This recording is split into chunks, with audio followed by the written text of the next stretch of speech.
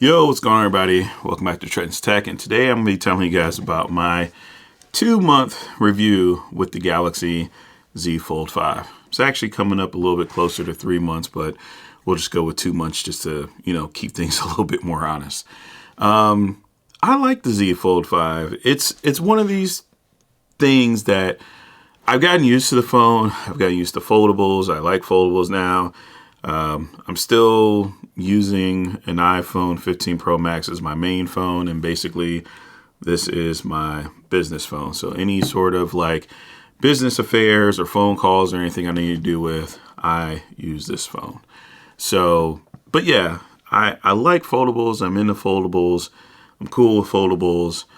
Have my thoughts really changed about how the phone is? Like, is the honeymoon phase over, this, that, or whatnot?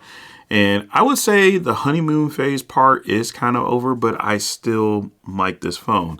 And to a certain degree, I kind of thought about with the way my channel was going and this, that, or whatever. I was like, I wonder if I should sell this phone or not. Should I keep it? Should I sell it? Am I really using it to its fullest ability? Spoiler alert, I'm not using it to its fullest ability. But every time when I think of, okay, maybe should I sell it, reinvest back into the channel, I just want to keep it, and I want to keep on using it, and I want to keep my phone number attached on here. I don't want to sit there and switch another phone number again if I don't have to, necessarily. But the main reason why is this screen.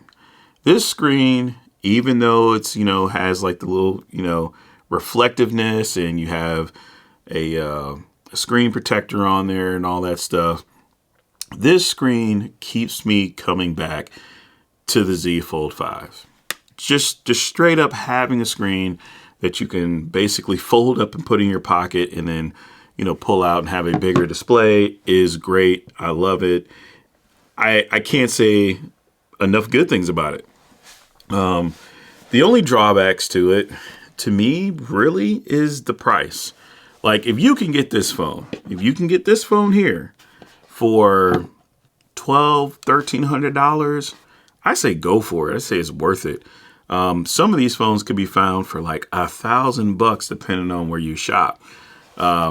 Just spending $1,800 on this, like, yes, I used the trade-in before anybody gets mad and says, oh, you used the trade-in. Look, spending $1,800 on this if you didn't have a trade-in is like something I'm like, nah. I think that's one opinion that probably has changed over the past couple of months is $1,800 for this, $1,800 for a Pixel Fold.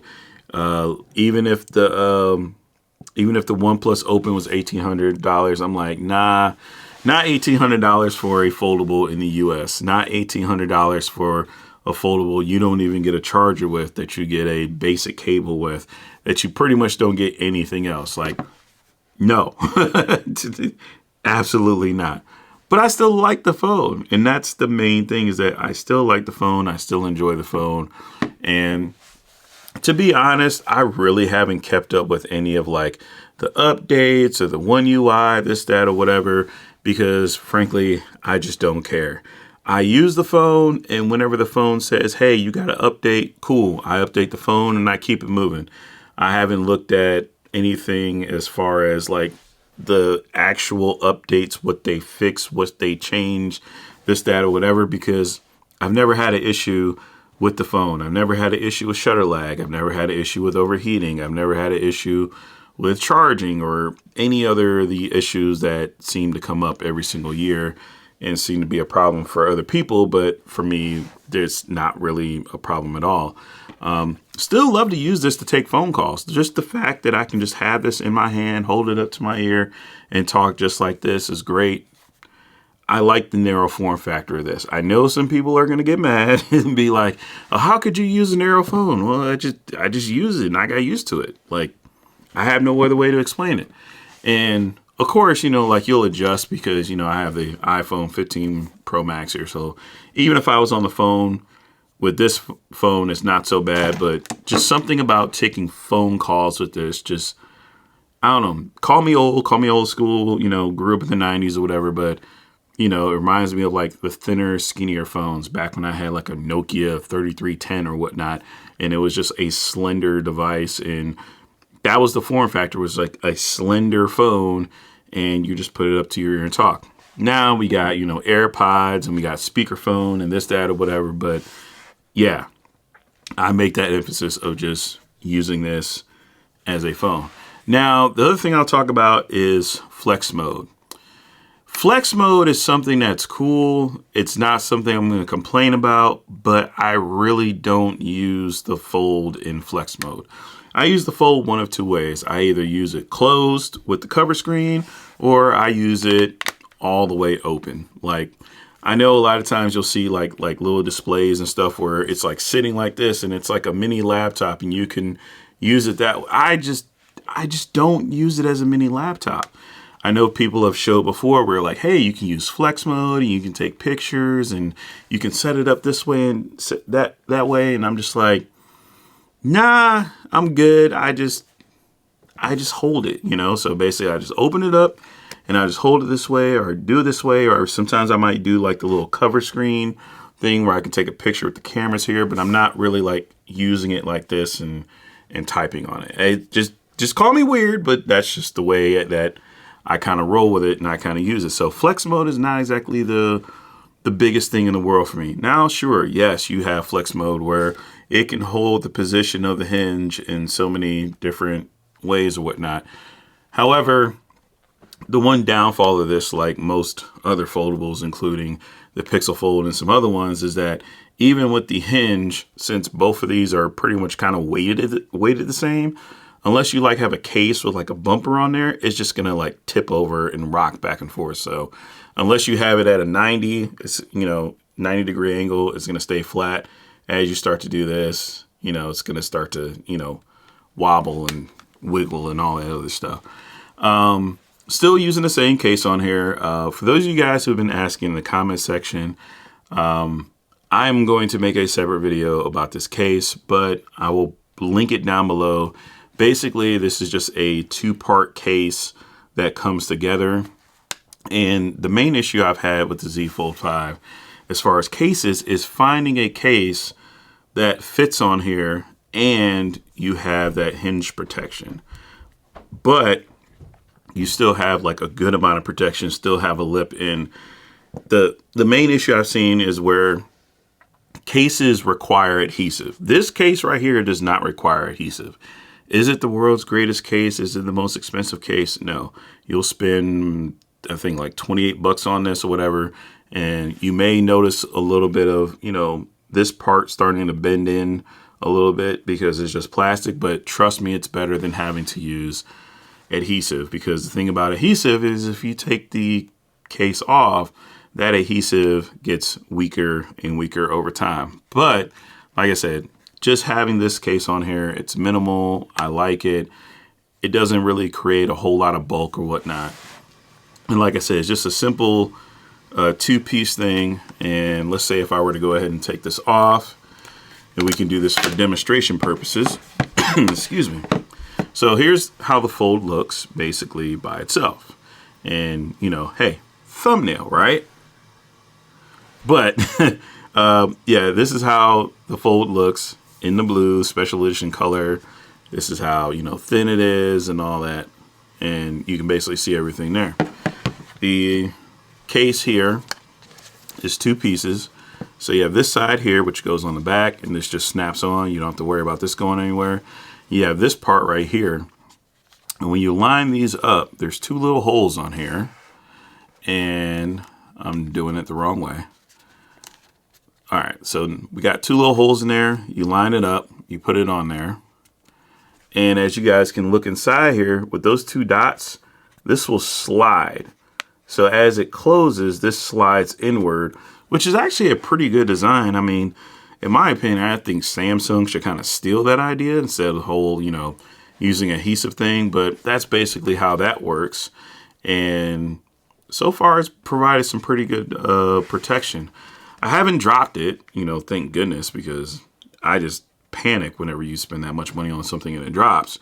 But overall, just any sort of, you know, laying it down on a table or having it anywhere else, I'm not worried about it. Now, coming back to something real quick, because I think I mentioned this before, but I still come back to this. Looking at Samsung's special edition colors, one, I like the blue.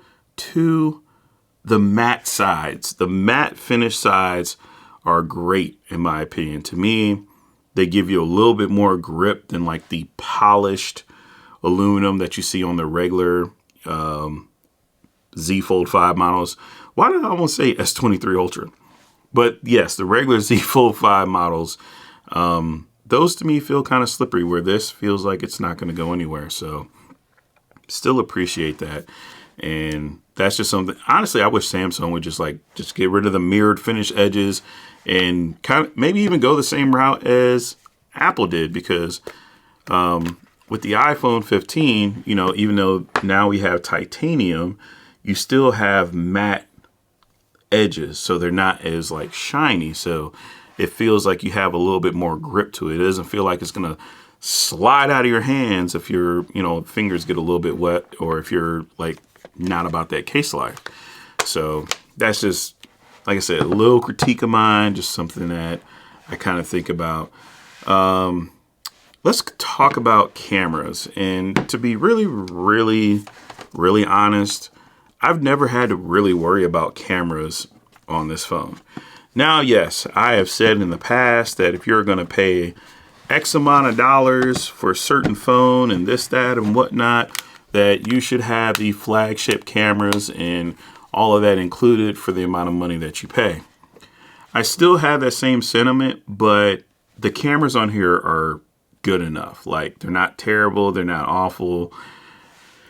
Saying that these have the same cameras as a S10 Plus can be a bad thing. Like, if you say it in a certain type of light, it looks kind of bad. But when you actually use the phone, you actually look at the pictures and you actually see what you can do still with the phone, just like the rest of the, you know, Samsung phones, at least in the S series, it's not bad. Okay, is it the greatest? No. Is it terrible? No. I just wish that me personally, and I know I'm going to, you know, stray away from here and you guys are going to call me crazy. I just kind of wish that we had a Z Fold 5 Ultra. So just like we have the S23 Ultra, I wish we had a Z Fold 5 Ultra. No excuses, no holding back. Just, even if you got to make the phone bigger, let's say you make it bigger, wider, taller, whatever you can to fit those sensors that are in the S23 Ultra, let's say the S24 Ultra coming up, put those in the Z Fold 5. That way you can have that same 10x zoom like you have on the S23 Ultra. Because that's one thing I miss. I really miss that 10x zoom on the S23 Ultra. Yes, I do have a very good 5x on here, and even on my Pixel 7 Pro, I have 6x, but that 10x, the stuff that I was able to do with that was just amazing, and it was beautiful. So yeah, with here, you can only go up to 3x, and that's still like a drawback for me because I personally am more into telephoto than I am into, let's say, wide angle or even normal shots. But that's a discussion for another day. Otherwise, I use it just fine. It charges up just fine. The battery life on it's good.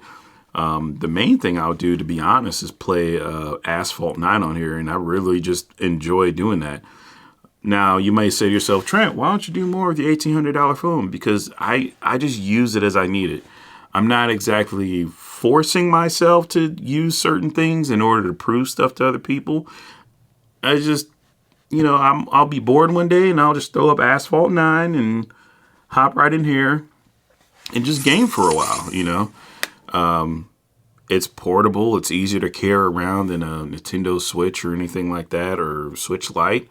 And I can still make phone calls, and I can still get on the internet, and I can still pretty much do whatever I need to do. So yeah, that's pretty much it for the 2-month to 3-month later review. I'm sorry if I missed anything that you guys are looking for specifically, but I'm just being 100% honest and talking to the camera the best way I know how and telling you exactly how I feel. So if you guys did enjoy this video, please subscribe, to this channel. Pretty soon, I will be having my 2 to 3 weeks later thoughts on this phone. I have some more case reviews coming through, and we are going to be talking about this product here, which was a product sent out from Nomad, which is a wireless MagSafe charger that works with this. So stay tuned for that. All right, y'all, take it easy. See you in the next video. Peace.